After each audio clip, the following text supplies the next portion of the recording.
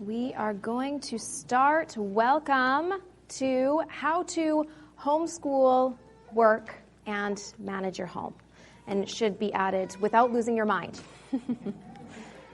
All right, so I'm going to explain a little bit about who I am. So this is my crazy, wacky family. I have 5 children. I was homeschooled myself, and I have homeschooled from the very beginning. My youngest is 5. My oldest is 11, turning 12 this year, which is really a glorious age because I'm starting to enter in a little bit more of independence, which is great. It's really, really great. For anyone that's still in the young ages of homeschooling, I can tell you that it gets better. It really does. There's light at the end of the tunnel because the more independent they become, the less pressure is on you as a parent. So that's my husband there. He is a Mountie in Canada. We live in Canada, so that's Royal Canadian Mounted Police. And so we kind of travel a little bit. We've moved 4 times, 4 different postings. And that's our little family in a nutshell. So this is another one, shows you all of my kids. This is a little bit more recent. And this is totally a staged photo, if you are wondering. So I want to explain, before I begin, we're talking about managing it all. And I know that we have different people in this room. I find that generally who comes to these sessions, and we have some that are just looking for general balance. They're not working right now. They might be interested in working, but they're more just looking for balancing tips. Others are considering working and wondering, is this even possible? Could I ever work and homeschool at the same time? And some of you are in the trenches of it. You are right now, you have some sort of job that you are doing, and you're trying to balance, and you're wanting to know my tips. So I'm going to share with you today is jam-packed with tips. There are tons and tons of really practical things I'm going to be sharing with you that you can implement that I think are going to help you regardless of your situation. Because really, in general, we're talking about hacks. We're talking about balance. We're talking about time-saving strategies that you can implement and put into place. So that's what I want to do today. But in order to help you understand who I am and the kind of life that I live and where I'm coming from, my perspective, I want to give you a glimpse into my life. So I start off my days, generally, as much as possible, with coffee and Jesus. And those are both really, really important for me. I wake up, it's the first thing I do. Now, this is a hack that is free. It's not even on my list, but teach your kids to make you coffee, okay? Your youngest kid, seriously, my 5-year-old, not yet, but my 7-year-old makes me coffee all the way up to my 11-year-old. Sometimes I call them on the phone, and then they get it at the downstairs line, and I'm just say coffee, and they are like, okay, they love it. It's like mom's put in her order, and they're the little barista, and they make my coffee, and they bring it to me, and it is magical. So I have implemented that amazing strategy, and it really helps me with my day. And I find that, spending that time with God in the very beginning is really key. I'll talk about that more at the end, but that is how I tend to and try to start my day. The next thing that I do is work. So who I am as a business person is I have multiple different facets that I do. I have a blog, so Homeschool On, and that is a lot to manage. I have to write. I've got people that sponsor me and require me to do reviews. So they pay me money and they expect me to look at their curriculum, try their curriculum or their product and review it. So I have to take pictures. I have to do different videos. I have my YouTube channel that I have to keep up on. I have my social media accounts, which for anyone that is working in any sort of business, if you are not posting regularly to every account like a little child that needs every minute of your time and attention, they die. So I have to invest a lot of myself in every individual social media account that I have, making sure I'm keeping it active, making sure I'm keeping it separate and interesting and engaging. And so I'm constantly pouring out of myself in social media on top of on my blog. Then I have my YouTube channel. I also have a podcast that I do, and that's weekly. And so just having the time to record this, do this, add this, make sure I'm present everywhere, and still somehow be a person in real life. So that's kind of a little bit of some of what I do. I also am an author. So I have written a book about planning. It's called Journal Me Organized and Making Your Own Planner. And I am currently writing a series of 4 books of Bible curriculum for Master Books. So that is going to kind of go all the way from K to 12. I've got 2 done. I've got 2 more to do. And I'm sure that as soon as that's done, I will add another project because that's what I do. I add, and I'm always looking to the future. And I honestly have a feeling that before I'm even finished, I will have another project on the go because that's just the way I roll. So I have a lot of different facets to what I do in the business realm of my life.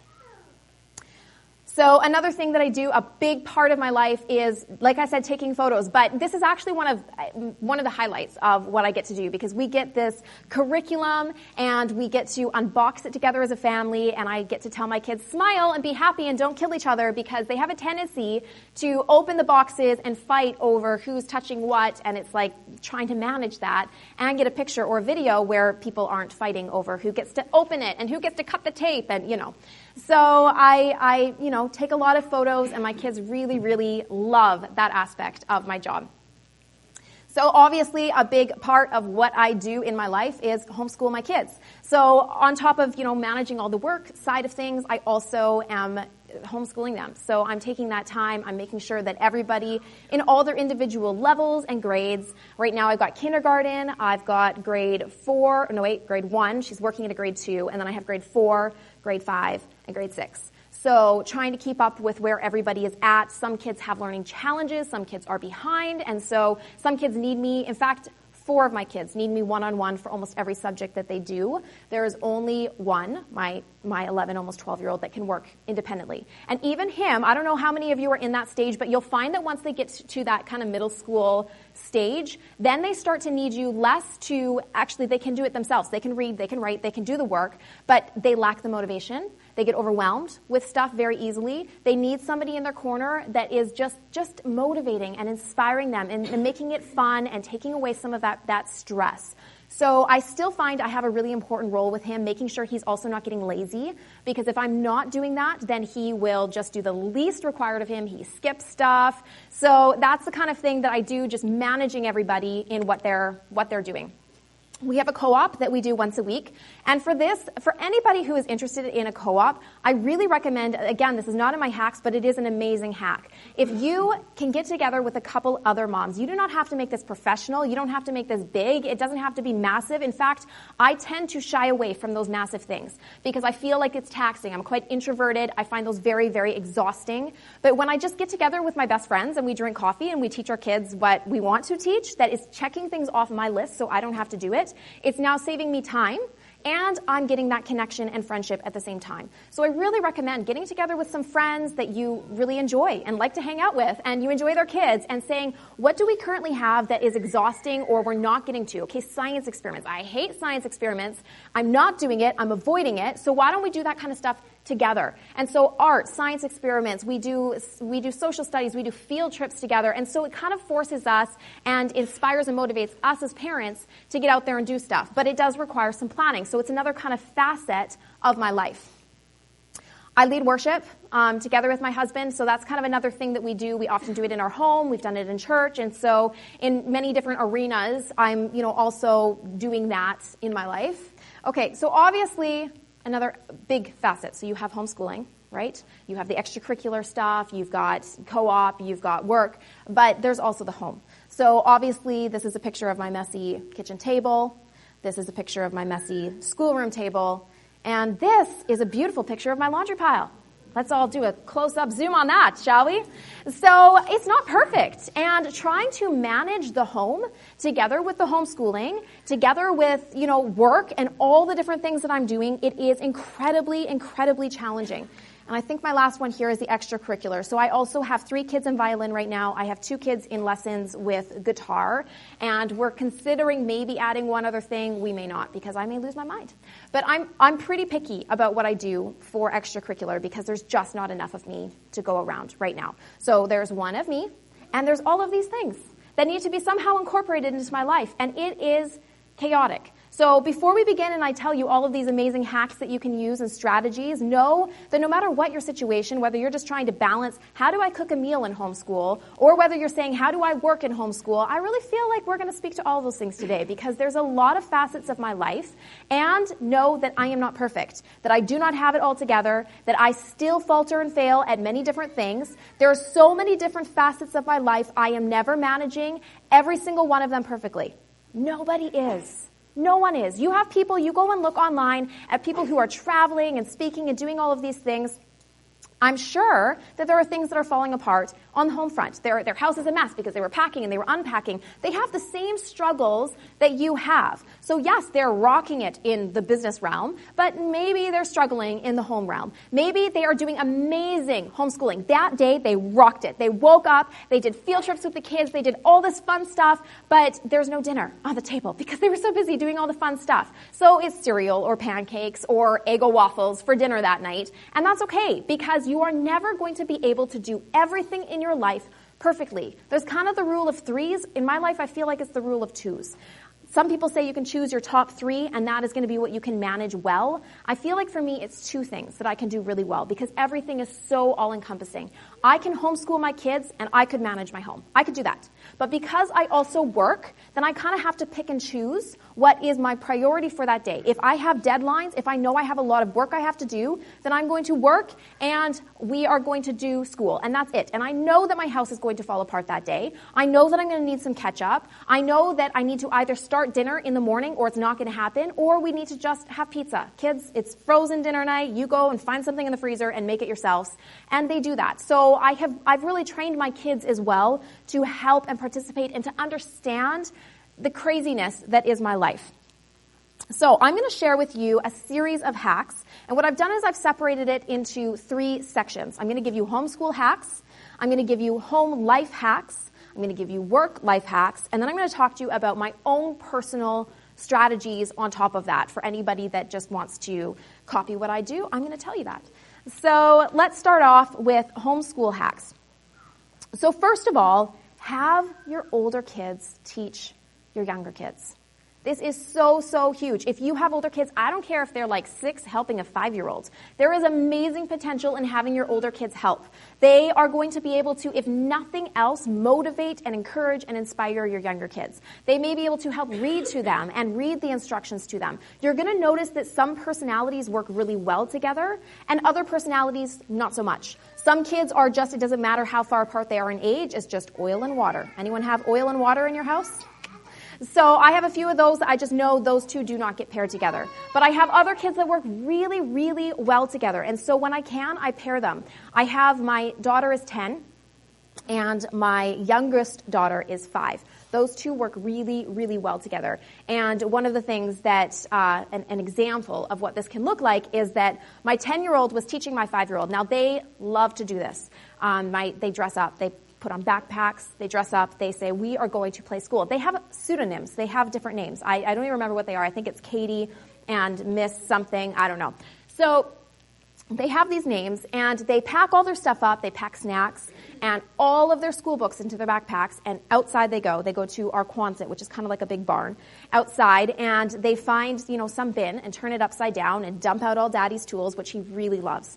And then they create these little desks, and they sit down and they do school. And I don't even know what happens out there. It's just some sort of great mystery to me. But I know that school is happening and that they're actually working in their books. And, every once in a while when my husband goes out and says, what are all of these bins turned upside down? I say, shh, they're learning. So they come inside, and my daughter was so excited. I mean, she had a schedule. When you don't have to sit down and teach your kids and she's writing out schedules, I mean, sure, I can't read half of what she's written because it's very, it's phonetic spelling at this point with her. But she's written out the schedule of what they're going to do, and she comes in and she's checking it off, and she says, Mom, we have done all our school books. And they had all the independent books that I have. She just loves to work through those, and she had worked through with the 5-year-old all the different independent things she could find. And she said, Janiyah, I want you to tell Mommy what country do we live in? And she got that one right. She said, Canada. And I'm like, yeah, okay, awesome. And then she said, yeah, and what state do we live in? And Janiyah said, Fort St. John. And I thought, okay, well, first of all, we live in a province in Canada, not a state. And second of all, that's wrong. So it's one of those things that, sometimes I have realized I need to step in. Maybe geography is not something your older kids should be helping your younger ones with. But it is a really amazing strategy. And the fact that I know that they're enjoying it, and it is self-motivated for both of them. I'm not telling them what to do. And my 10-year-old she's building a strong foundation by teaching. How many of you know that fact that when we teach, one of the greatest benefits of homeschooling is that as we teach our kids, we get to relearn the stuff that we've forgotten. It's the same thing with our kids. When they teach, it's really solidifying stuff for them. So if you can get your kids to do that, do it. It is powerful. Another thing I do is blend my kids. So actually and you know what, you guys, I know what you're thinking. I have to take a drink here, one sec. I know what you're thinking. You're thinking, blending your kids together, I mean, I've got grade 6 down to kindergarten. That's only possible for really a few things, right? Like maybe you could do that for history. Maybe you could do that for science. Maybe, but I'm not quite sure how. And I get this a lot. People come to me and they're like, how on earth do you blend your kids? Listen, I do it for language arts, which that seems impossible. How are you teaching your kids at all their various levels? That's got to be the one subject you would have to do individually with them. It is not. I sit down with them and I do language arts with my kids all together. We do one read aloud. Right now we sit down, I read to them. They just still do reading independently.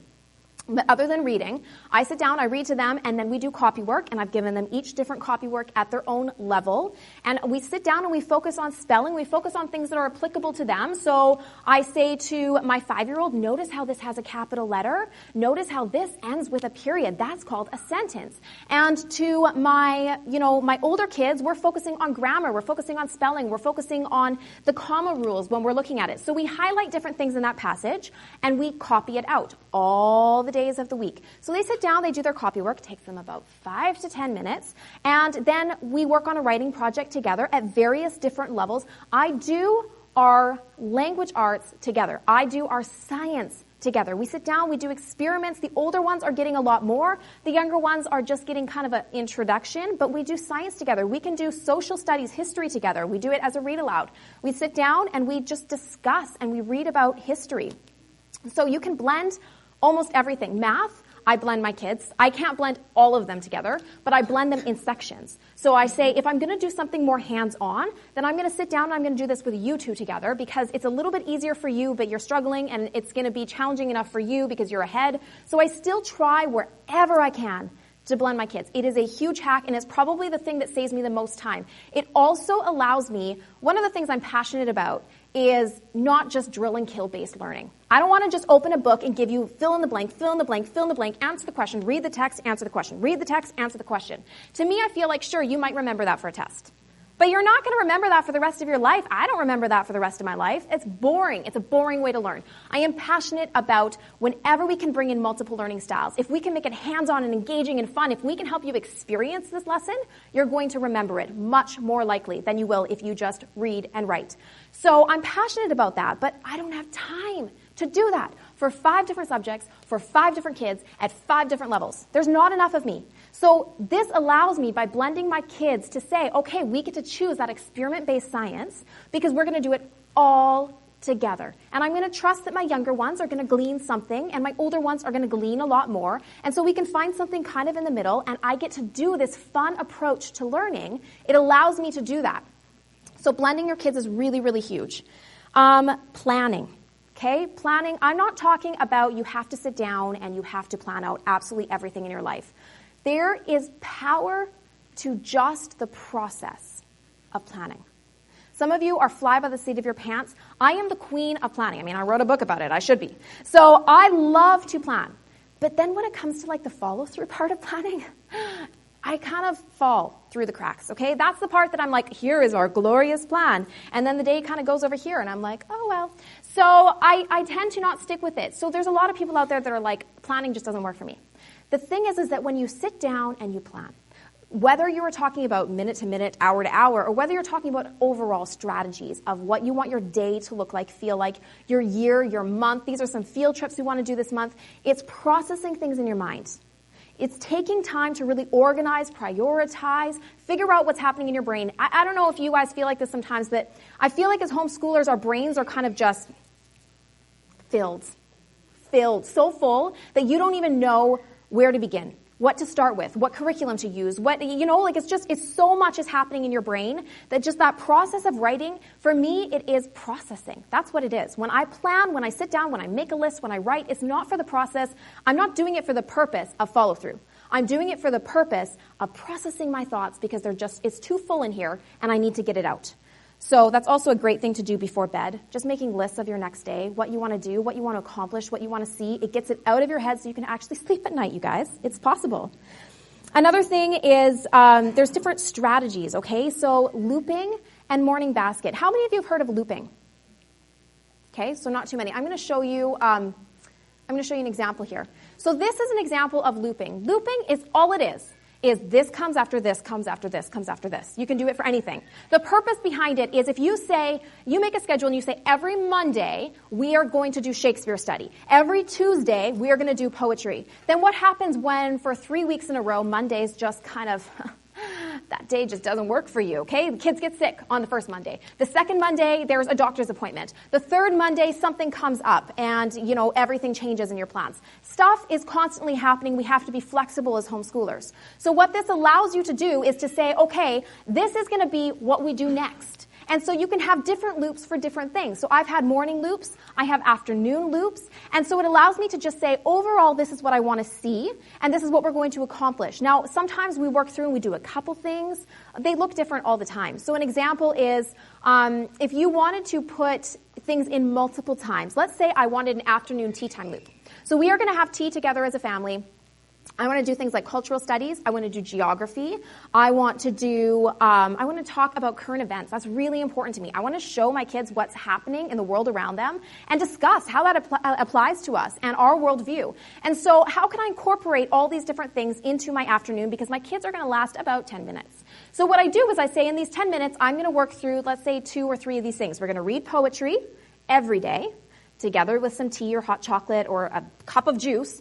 And then we're going to do 2 things on our loop. So maybe we'll do geography and then we'll do art. And then the next day we would do the next 2 things on the loop. If I want to do geography more often, I would put geography into my loop more often. And so now I know that as I work through, geography's in there 3 times. I've got Shakespeare in there only once because I'm just like, let's just touch on that. Let's just expose you to the tip of it, right? So I can create these loops that allow me to kind of give my kids that feast of education without having to do it all every day. Because I know that for myself, I see all these great things and I'm like, let's do it all, like right now. Everybody sit and listen for 2 hours while we do everything. And it does not work for me. So looping is a really, really powerful strategy to fit in some of those things that you want to add into your day. Another thing is morning basket. Morning basket is that's often we do a loop in our morning basket. It is a basket full of books. It is that simple. So for us, we do our history in our morning basket. We do it as a read aloud. We have our read aloud for our Brave Writer in our morning basket. And we do maybe our Bible in our morning basket. Like we just kind of throw maybe an interesting book in there here and there. You can go to the library. You could say this month we're going to do a study on volcanoes. So you go to the library, and this is a great way to bring in child-directed learning. Because you could say to your kids, what are you interested in? And as a family, you could decide, this month, this is our focus. So now you can go to the library, grab some of those books, stick them in your basket, and you just know you're just going to read for 10 minutes. You're going to kind of alternate through some books, and it's just a great way to start off your day. Some people do it in the morning in their pajamas before they ever get to their stuff. Some people do it at the breakfast table. Some people don't do it till the afternoon. So it's up to you what it looks like. It's simple, but it allows you, it's a space for you to fit in some of those things. It's a relaxed way to start your day. And for us, it's a lot of the way that we blend our curriculum. All right, so another hack is right here, we've got, just utilize the learning in the everyday, you guys. Like, I didn't even create this. I gave my kids snack and I was doing a video and I came back and they're building things with pretzels. They're spelling, okay? I'm going to count this as spelling. I'm going to count this as language arts. I'm going to count this as, writing in general. I mean, the 5-year-old is just making letters. But she told me what it meant, and it meant something really amazing. So, they're writing, and there's learning happening in the everyday all around you. Document it. Document it. Seize it, capture it, say this is learning that is happening even while I'm busy. There is learning that is happening in the everyday. So capitalize on that stuff. Your learning environment. So we just finished our basement and we built these desks. So these are just IKEA kind of bottoms, and then we built the tops, and we made this amazing white washed walls all the way around. They each have their own chalkboard, and they each have their own homeschool space. Again, not required. We've done school at the kitchen table. Sometimes we do school up in the living room. We do it all over the place. But creating a really good homeschool environment can help. The more organized that you are, it can help your kids to know what's coming. It helps them to be able to just say, okay, I'm doing what's next in my box. They know where it is. They keep their own area clean. These are the kind of things that help us be more structured and successful in our homeschool. And this one is just one homeschool hack that I've really stuck with, is try not to go out as much as possible. Because going out for me is kind of this glimpse. There's a 5th one somewhere in there. I think she's in front of the 10-year-old. But, it's chaotic. Okay? When we leave our house, it is chaotic. It's stressful for me. Again, this might be my personality because I'm more introverted, but even going shopping, it is incredibly chaotic, and it totally throws a wrench in my day. So as much as possible, because of the level of chaos of my life, this does not apply to everyone, but because of the various things that are in my life, trying to balance it all for me means as much as possible send daddy to do the grocery shopping. As much as possible offshoot some stuff and say no to some stuff because my life is very full. And so I have to be very intentional about what I do and the ways that I spend my time. All right, home life hacks. So, dinner in the morning, meal planning. Okay, I don't always do this, but dinner in the morning, meal planning, some people it's the Instant Pot. These things can help you. For me, Instant Pot does not work. And the reason is because at 4 o'clock, I'm done. Like 4 o'clock when it's like, you could start it in the Instant Pot and be ready in an hour, or start it at 4:30 and it's ready at 5. That's great. But by 4 o'clock, my brain is shut off. I am finished. I am done. It's like I'm sitting down and I am never getting up again. So for me, that's just my time of day that I am maxed. And so for me, what works the best is a crock pot, because I can start that in the morning, it's done. Not only does it mean we get dinner on the table, which is a huge perk, but it also means that I am more productive in my day. Has anyone ever read the Fly Lady books? It's like putting on your shoes or shining your sink. There is something that happens in our brains when we do something small like that. Some people say, make your bed every morning. It's the key to success. If you make your bed, it's the small things. It's true. There are these little things that make such a huge difference in our day, because our entire perspective is, instead of being one of this, of I'm half behind just trying to keep up with my day, you feel like this. I'm on top of things today. I've got at least one thing. At least we've got dinner on the table. And it shifts your entire day. It shifts the atmosphere of your home. I am so much more productive the days I have dinner on. I feel different. I feel lighter. I feel more successful. And that feeling is what prompts me into actually being more successful. All right. I'm going to talk a little bit about organization. These are some really old pictures, which are going to be interesting. So a season in our life when our kids were very, very young, I decided that we were going to be more organized with our clothing, because here's what happens. Anyone else have this, where your kids go and they pick out their outfits and they just end up, their drawers are like this. It's like a windmill went through there or something. And they're all over the floor because they're trying to find it, and you can't figure out what's clean and what's dirty, and their room is a disaster, and I was done. So I said, Ziploc bags are now our best friend. I am going to figure out clothing for you. They had socks, they had underwear, they had everything that they needed in those little bags. And it was all organized. So you just get to pick out a bag, wear it, and then when they were done, I would use those bags and fold everything and put it back in. It worked for a season, and then it did not work anymore, because I had to be the one making sure everything went back in the bags, and the kids still wanted to pick their clothes, and my son's pants got too big to fold and put in them, and so here we are. But it is a strategy. There are hacks for your laundry that can really, really work. This is another one that we tried. My husband's laughing over there because this was all him. Okay, so he was on paternity leave, which was amazing-ish. Because, see, the thing is that my home is my domain, and I'm really used to doing things my way. And so I love my husband very much, but I also really love it when he works, because I get my space, okay? I get to do things the way I want. Well, my husband was being very, very helpful. And he said to me, in his helpful way, he said, Rebecca, you suck at laundry. And I said, well, that's true. Why don't you take a crack at it? So he went and bought, Fields was closing out, he bought all of these clothing racks. And he hung up all of our clothes, and he had a rack for each of our children. Now, I was upstairs, like, nursing the baby and just trying to live. And he brought me downstairs, and he says, look at what I've done for you. And I said, that's really great, honey, but I actually hate hanging up clothing. Like, I hate it. It is my nemesis. I hate hanging up clothes. It is the one thing I will fold, I will put away. I hate hanging them. And so this, I'm just not sure how this is going to work for me. I said, but if you're going to manage it, then we're good. Now, he had to go back to work eventually. And so because he was no longer managing it, it stopped working for us. And these wonderful things ended up going to somebody else. But it is a system that I'm just giving you guys ideas. I'm just putting it out there. This is a new one.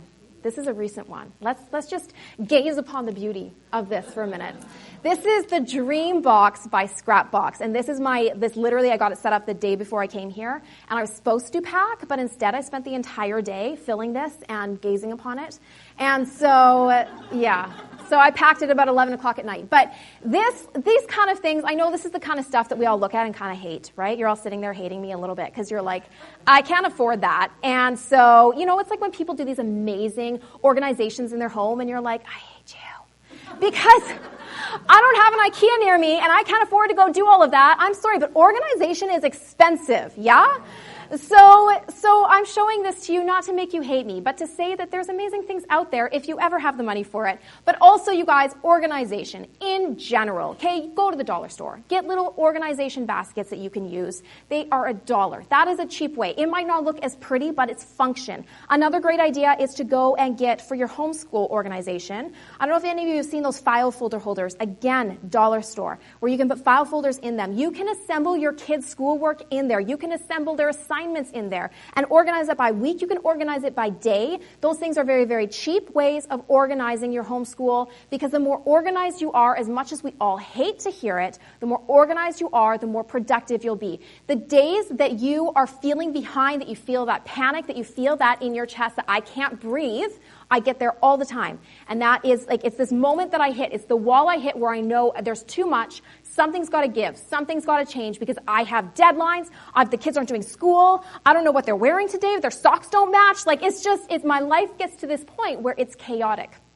And when I hit that, I know that a big portion of it is organization. Things are so disorganized that we're trying to get out the door to buy a lin, and no one can find their stuff because it's disorganized. Where are your shoes? I don't know where my shoes are. One is outside and one is inside, and it gets disorganized. And so there is seasons and times when I have to recognize this and say, okay, I need to just stop everything. I need to organize my life because that is going to help my brain be able to be more productive.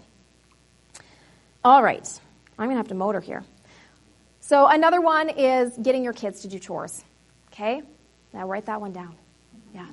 Get your kids to do chores. When we're talking about home life hacks, my kids, this is like one of those almost embarrassing things to say, my kids do all of the laundry now in our house. That's what I found that worked, you guys. I tried all the systems, and what actually stuck was getting my kids to do it. Who would have guessed? So she was 4 at the time, and I'm like, yeah, you can do it. Fold your laundry. And it's not perfect, and it doesn't get put away very well. And I just decided to close their doors and look the other way. And that worked really well for me, too. So my kids do a lot. My daughter is in charge of the kitchen, and she loves it. She loves it. She gets up. I don't even ask her. She's 10 years old. She gets up. She makes the coffee. She does the dishes. She's washed everything from the night before. I mean, sure, I would love to be fly lady and never go to bed unless my kitchen was spotless. My life is crazy, and by the time night comes around, I'm like, I'm going to lay down, and I can't get back up. So I choose to rest in the evenings. That is me. I know some of you are like, I would die. But I choose to rest in the evenings, and my kids, they help. They help so much. So that is a huge thing, is that your kids can do so much more than you probably even imagine they can. And they actually can enjoy it. Once they get to the point where it's not, you do this because I will teach you home economics. Instead, when you can say, you do this because I need you, they start to feel that sense of responsibility, ownership. Hey, I can actually do something here that's helping. I tell my kids with my work, listen, you want to be able to go on these trips. You want the benefits of mommy's job. You like when we get all of this amazing curriculum in the mail, and you love aspects of what I do. I need your help. I can't do this without you guys. I need you to do your school when I say, not goof off, not play. I need you to help me with your chores. And this helps them even see my job. Instead of feeling sorry for themselves, woe is me, my mom is always busy, she's got so much she's doing, they see it as this is our family. This is a family-run business. Sure, right now they're not doing anything essentially on my blog, but they are helping me with being able to do what I do, and we all see it that way. So even that shift in mindset makes a big difference. Work-life hacks. Now we're getting into it. So with work, set yourself work hours. Set yourself work hours. Say, I'm going to work in the morning. For me, I always work in the morning. Regardless, my kids can be awake, they can be running around, doesn't matter. I'm not very good at the structure part of it. Sometimes I wake up early. I recommend waking up before your kids. It really does make a huge difference. I say that, other people can afford to sleep in. I feel like once you work, you can't really afford to. However, that's not the end story. The end story is this.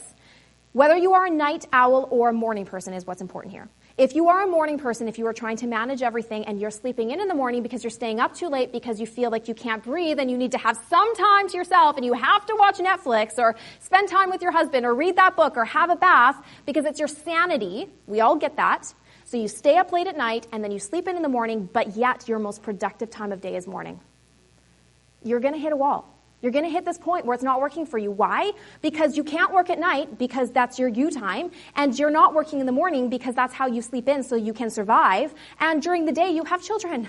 So it's going to eventually hit this wall, and you're going to wonder, why am I hitting this wall? Because your most productive time is morning, so go to bed and wake up and work in the morning. That is going to be your success point. Okay? For some of you, it is nighttime. You are a night owl. That is when your brain works. That's when you're the most creative. So for that, sleep in the morning if you need to so that you can stay up late at night and do your work at that point. For me, I have found, although I am kind of a night owl when I want to stay up, I want to stay up and spend time with my husband. I look forward to it all day, to that point of just relaxing, of spending time with him. And so I don't work in the evening. Even though I enjoy staying up late, I'm not working in the evening. And so for me, I have to be intentional about saying, okay, I have to go to bed because I've got deadlines. I know I have to work tomorrow, so I need to get up at a decent time. So being aware of that for yourself. Downtime. Downtime is huge. Figure out what fills you. What fills you? What encourages you? There's literally things for me doing art. It actually, when I sit and plan, I doodle in my planner, spending time doing that actually, it fills me to some capacity. I feel like I have more to give. There are things for you that fill you. It might be a hobby. It might be just like I said, having a bath. It might be just spending time with your husband. It might be going for a walk. It might be exercise. These things that get you out of all the things you have to do. It's something for yourself. It is filling your soul and going to give you something to then pour out because you are pouring out in every area of your life. Setting boundaries. Setting boundaries. Boundaries for yourself with work. Boundaries for your home. Boundaries for your marriage. You have to set boundaries. Listen, I would love to do all the things. I struggle with it every year. Every year deadlines come up where it's like, hey, check out this amazing gymnastics opportunity for your children. Check out dance classes are open. Check out kickboxing is open. You got to enroll your kids in art camp. You need to enroll them, and it just on and on and on it goes. And I want to do it all. I think that sounds amazing. I want to enroll my kids in that stuff. I want to give them these amazing opportunities. And so I, as a parent, as a homeschool parent, wanting to give my children the very best, I feel that pull every year that season comes around. But I know that there is not enough of me to become the taxi driver. I can't. They're all divided. All the kids are in different levels and lessons. I would be out every single day of the week, getting everybody to their various things. There's not enough of me. They get one thing. I set boundaries for what we're allowed to do for our extracurricular. There's just not enough space. I set boundaries for our marriage. There's lots of times that Jonathan and I say no to stuff, a lot of stuff, because we're like, I know that all sounds great, or we'd love to go out, or we'd love to help, but we have to just have some time alone because we've been running 300 miles per hour for the past week. Setting boundaries for your home. Listen, the more stuff you do out of your home, the less you're going to have in your home. And you are divided. If you are working, you don't just have your home, you also have homeschooling, and you also have work that you have to manage. A lot of people aren't going to understand that. A lot of people will not understand that. I was watching some posts that were coming up in a social media group that I'm a part of, where people were really offended and hurt by working homeschool moms,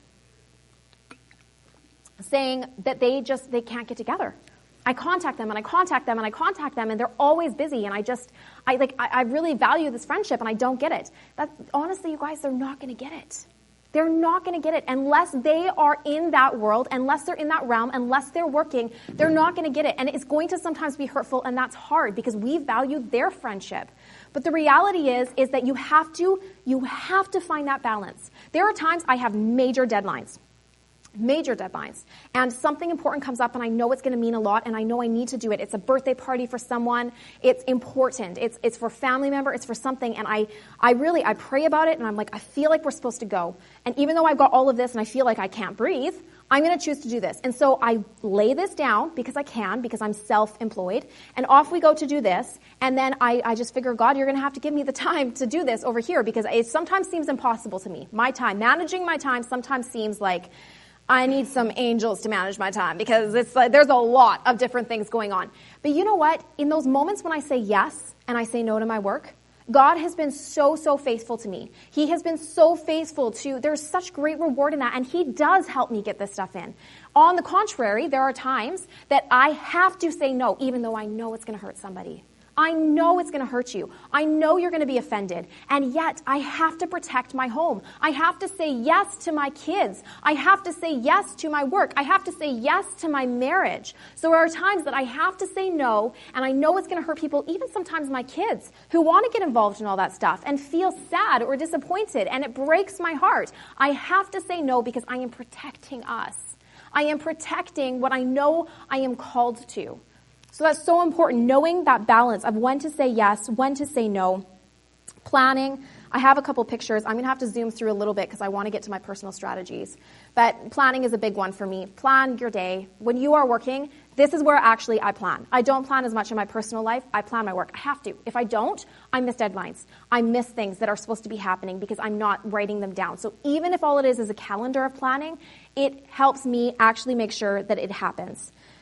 Finding motivators for yourself. Okay, healthy motivators. I love coffee. If I finish this, I can have coffee. If I work this afternoon, I get to have a cup of coffee while I work. That's a healthy, well, maybe not healthy. It's a motivator for me, though. There's simple things, though. Cleaning off my desk, being organized, lighting a candle, buying some nice flowers to put on my desk. These things help motivate me. Sometimes I say to myself, if I do this all day, then I'm going to get to, sit and watch a show with my husband tonight. So I'm going to get it done. I'm going to work hard so that tonight I get to relax. Find those motivators to inspire you to get it done, because sometimes the struggle is just motivation. How many of you feel like you waste time? I feel like I waste time all the time, right? It's like I have so much to do. The mountain seems so big in front of me that instead of doing anything, I sit there and I scroll through those Facebook videos. Because and then sometimes I look at the clock and I can't believe, I am shocked, I'm mortified at the amount of time that has gone by. Well, I've literally accomplished nothing. And it's painful, but it's because my brain is so full. There's so much happening. It seems so daunting and overwhelming that I don't even know where to start, and so I just don't do it. That is the fatalist in me. That's the all or nothing in me. I just choose the nothing part. So to work on that for myself, it is choosing those baby steps. Saying, okay, I'm not going to look at everything. Okay, I know everything I have to do. My brain already knows that, and so I'm just going to ignore that. And I'm going to say today, or in this moment, or these 5 minutes, I'm just going to do this. I'm just starting dinner. That's all I'm doing.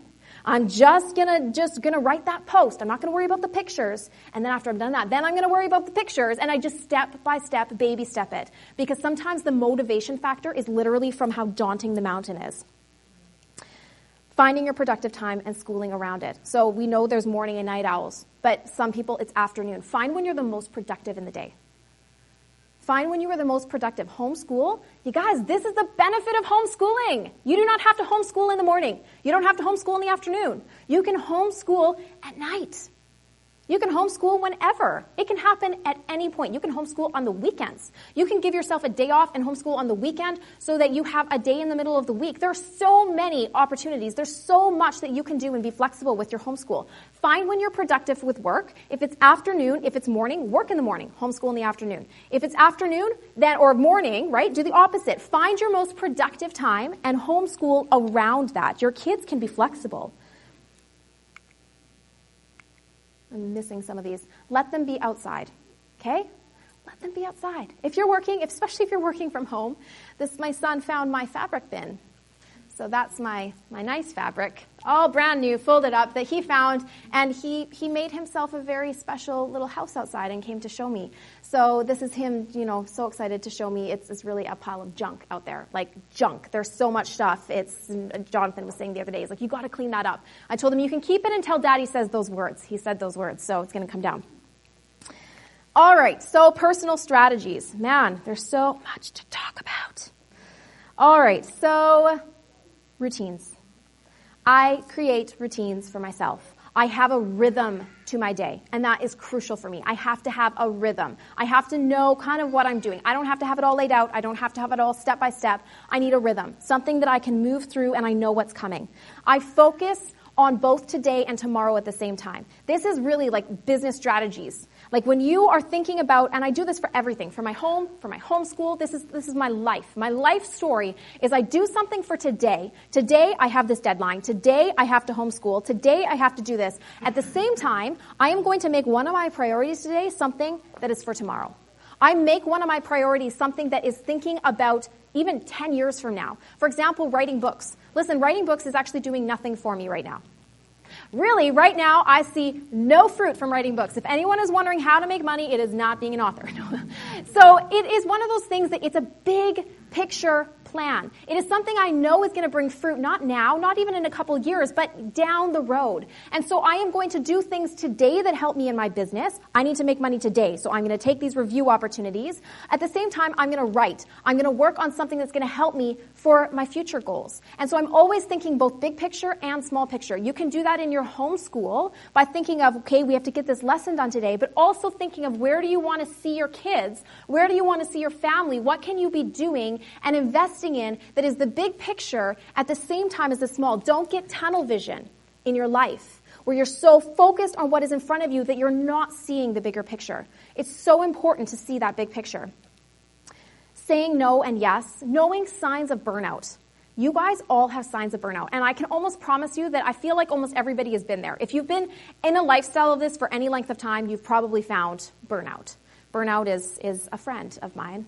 I've met it many times. And so knowing those signs, what are my signs of burnout? And as soon as I start, instead of waiting till I'm at the point where I feel like I can't breathe, where I'm crying to my husband because I'm like, there's so much to do, and he's like, okay, we got to cut things, instead of getting to that point, what can I do where I know the signs of it so that I can start to step back so I'm not waiting until it becomes this massive thing in my life?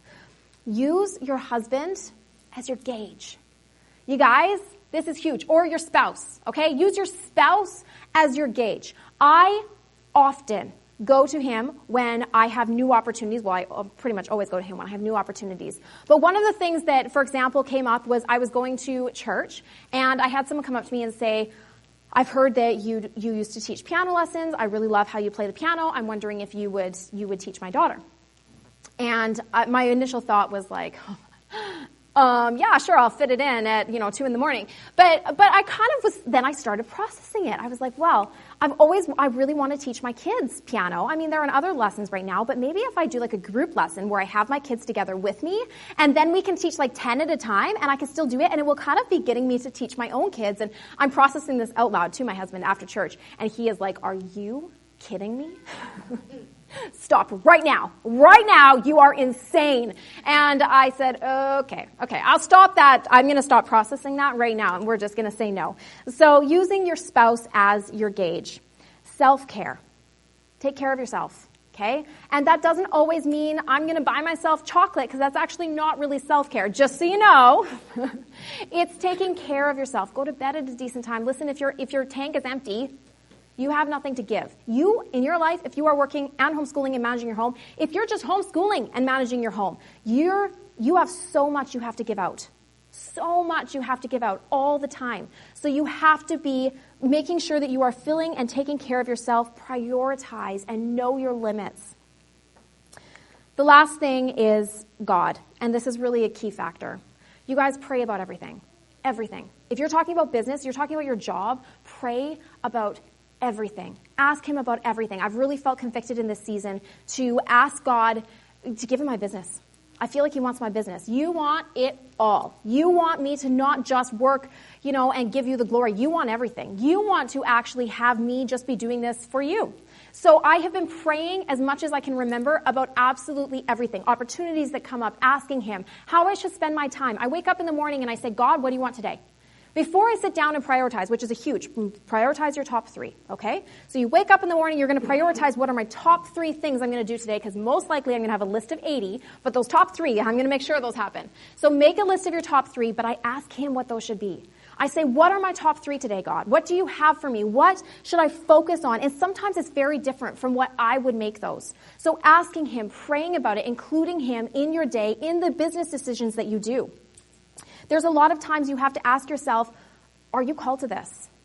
Have you been called to this? There are times in my life that I have, done this extracurricular stuff, or I've done a business decision, or I've been pushing this course, the new course that I've launched, and I felt like, I'm overwhelmed. I feel at that point where I'm overwhelmed. I feel like I'm not coping. And I go to him and I say, God, I'm so overwhelmed. And he says, I didn't ask you to do that.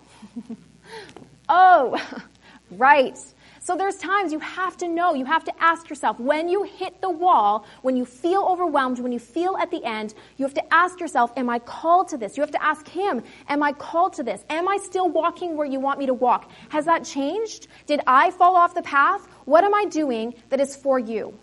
Listen, you guys, people look at my life. I'll close with this because I know I'm done. But people look at my life and they ask me all the time, like, where does it come from? How do you do it all? What's your secret? I don't have a secret. Everything I have, from my business sense, never went to business school, to my everything that I have been given. Speaking, my blog, writing books, literally has dropped into my lap.